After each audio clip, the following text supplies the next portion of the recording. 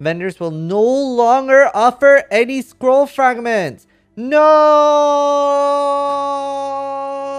That's the worst change they've made in 5 years, bro!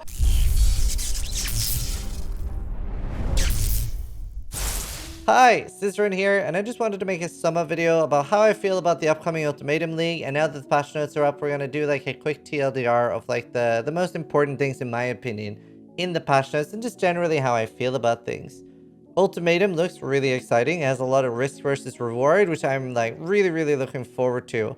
Especially looking forward to losing a character for a chance at 5 scours. Honestly though, I do hope that they've like balanced it well. So we'll see how that turns out. And I'm looking forward to like testing and seeing some insane scaling that'll get nerfed by week 2. There are some new skills coming in this league as well, which look really exciting. We have Reap, we have Exsanguinate, and then we have the low life and the blood magic rework and stuff like that. So there are some really cool things. I definitely want to make league starters for both of them, and I'm like always kind of tempted to start with new skills, but a lot of the time it's like kind of scary because sometimes they're trash. As a part of the patch notes, there's so many exciting things. Like the Conquerors are now rollable. That means that we're most likely going to start getting more like Crusader Exalted Orbs. Maybe they'll drop more Awakened Gems. Hopefully it's worth rolling them. But they are actually affected by that now. The Maven like multi-boxing or like sharing the witnessing thing is nerfed, so that could be a good thing or a bad thing depending on how you feel about that. Personally, I prefer it, and it's something that's making me want to play Trade League more. Synthesis maps is nerfed from Zana. They're a lot less likely to get there now, so they probably didn't need that. They're already pretty rare. A lot of players don't really get to play with that a lot. Ritual, kind of boring integration. I would way rather see them do something with Ritual, like maybe make it a map, or sorry, pre-map only mechanic. 8% chance in maps is kind of boring in my opinion. So I would love to see like, I don't know, a different type of mechanics going core. But either way, it's fine. Ritual should be pretty exciting with some of the nodes in the Hayward Hamlet might be really good for it with the extra rerolls and stuff. The thing I'm the most excited for, however, is the Betrayal stuff. The Veiled mods look really good, and the fact that when you unveil them on an item, they're a tier higher, and they just look really strong. Something I'm very excited for, and they're no longer like crafted mods, so you can still craft bench on top of that. However, trigger nerf, very hard. It's now an 8-second cooldown instead of 4 seconds. This is a very big nerf, especially for things like necro builds. I'm trying to think if you can get high enough duration now to keep bone offering up all the time, but I can't remember. Like it's late. Absolutely best thing they've done, which I'd say is the best change in the last 5 years, is that lab enchants is now a selection of 3 helmet enchants, 1 glove and 1 boot, and it'll pop up like a panel, and it'll let you before you even put it on something, it'll show you what you're gonna get.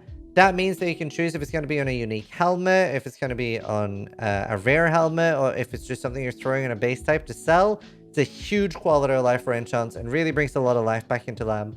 Honestly, cannot give them enough applause. Just really well done.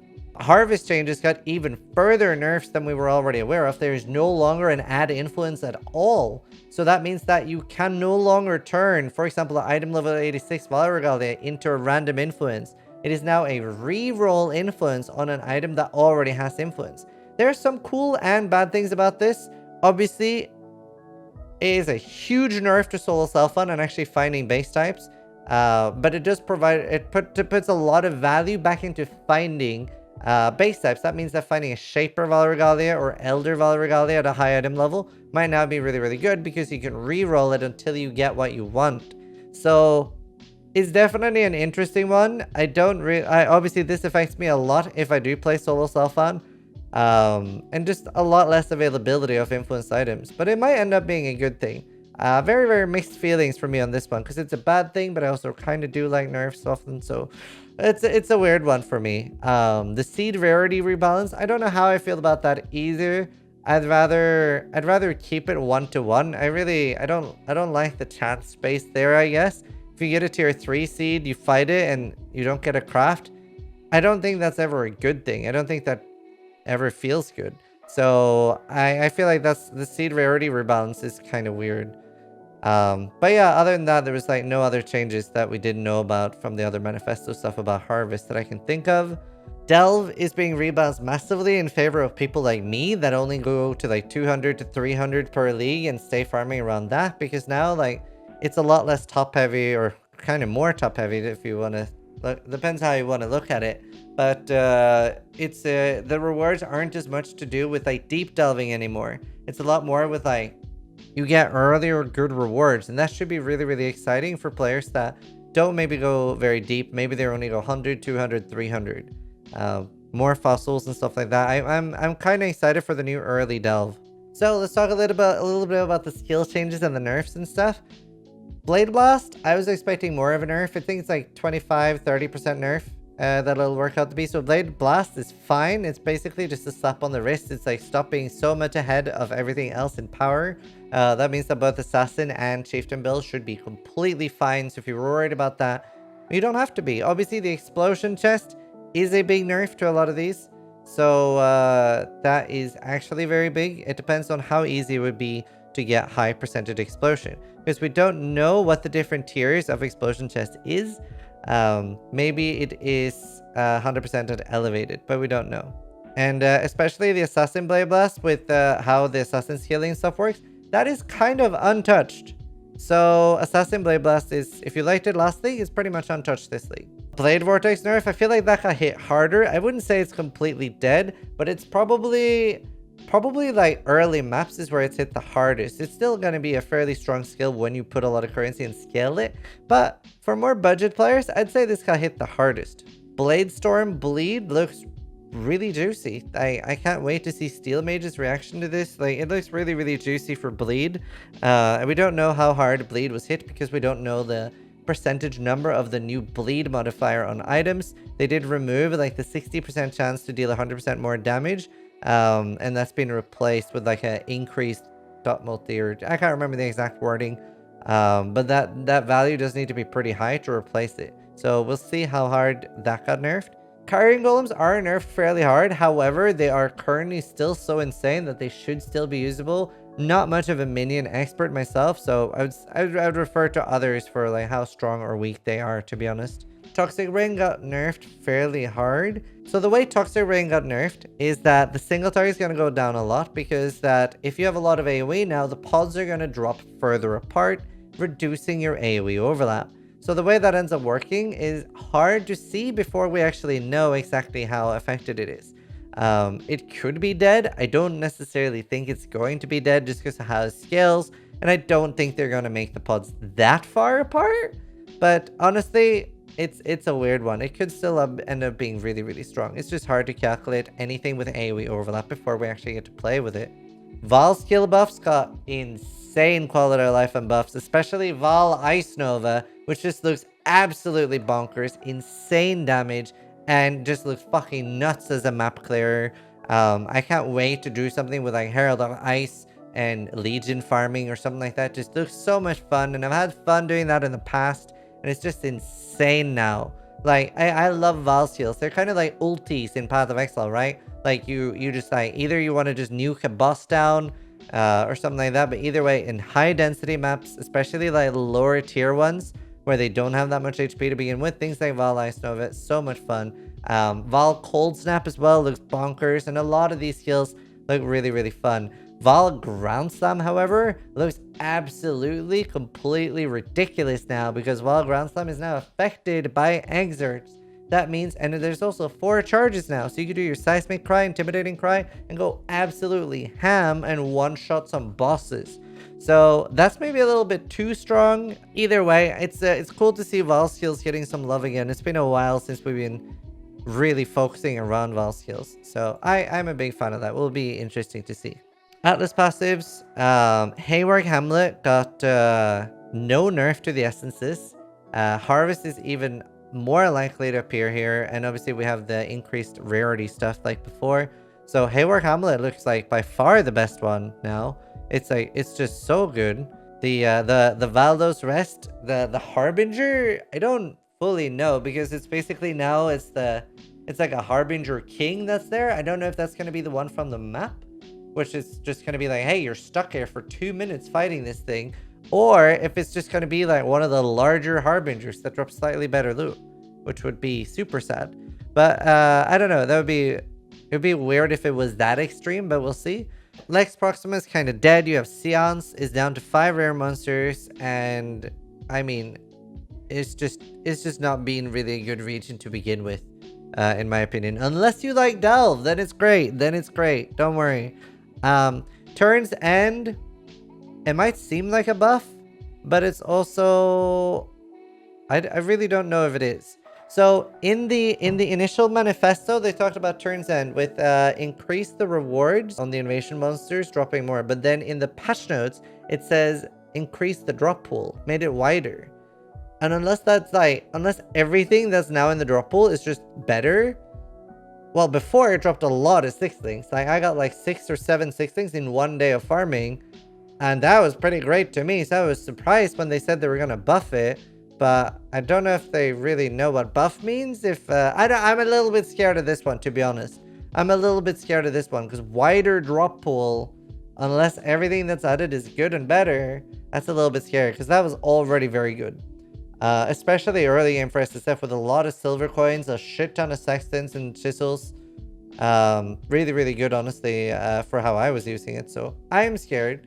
As far as ascendancies, there weren't as many changes as I thought. I was very, very surprised to see Champion not nerfed and nothing about Fortify. That was kind of weird. However, Spell Gladiator and Spell Berserker is something I'm very surprised about because for me, it felt like the direction they were going, and I don't know about you guys, but I felt a little bit like they were pushing for like archetypes way more, where it seemed like they wanted everything at the bottom part to be like, oh, you're an attack build. You don't really use that spells that much. But now, with like both Berserker and Gladiator, it seems like they've opened up a lot more for them using spells. So, because instead of being very, very specific with attack damage or stuff like that, it's now generic physical damage over time and stuff like that. So that could be very, very interesting. Gladiator could be an insane league starter for both spells and attacks. So I'm looking forward to see how that's going to pan out. Elementalist and Necro got some nerfs as well. Necro got the mana node nerf, but Necro also does have the trigger one nerf, which could end up being bigger. And the Aegis on Elementalist is nerfed. And I'm just very surprised that there wasn't a little bit more of a shakeup with Ascendancy specifically, especially because we haven't seen that in a while. Item changes, we have spell bows are nerfed, which, you know, as a hardcore player doesn't affect me that much. And I mean, I can sort of see why in the game. It does maybe not make that much sense that you're running around casting spells with a bow. So I get it. And Elder and the Poison Bleed mods are replaced. That could end up being huge depending on the value of the new mod.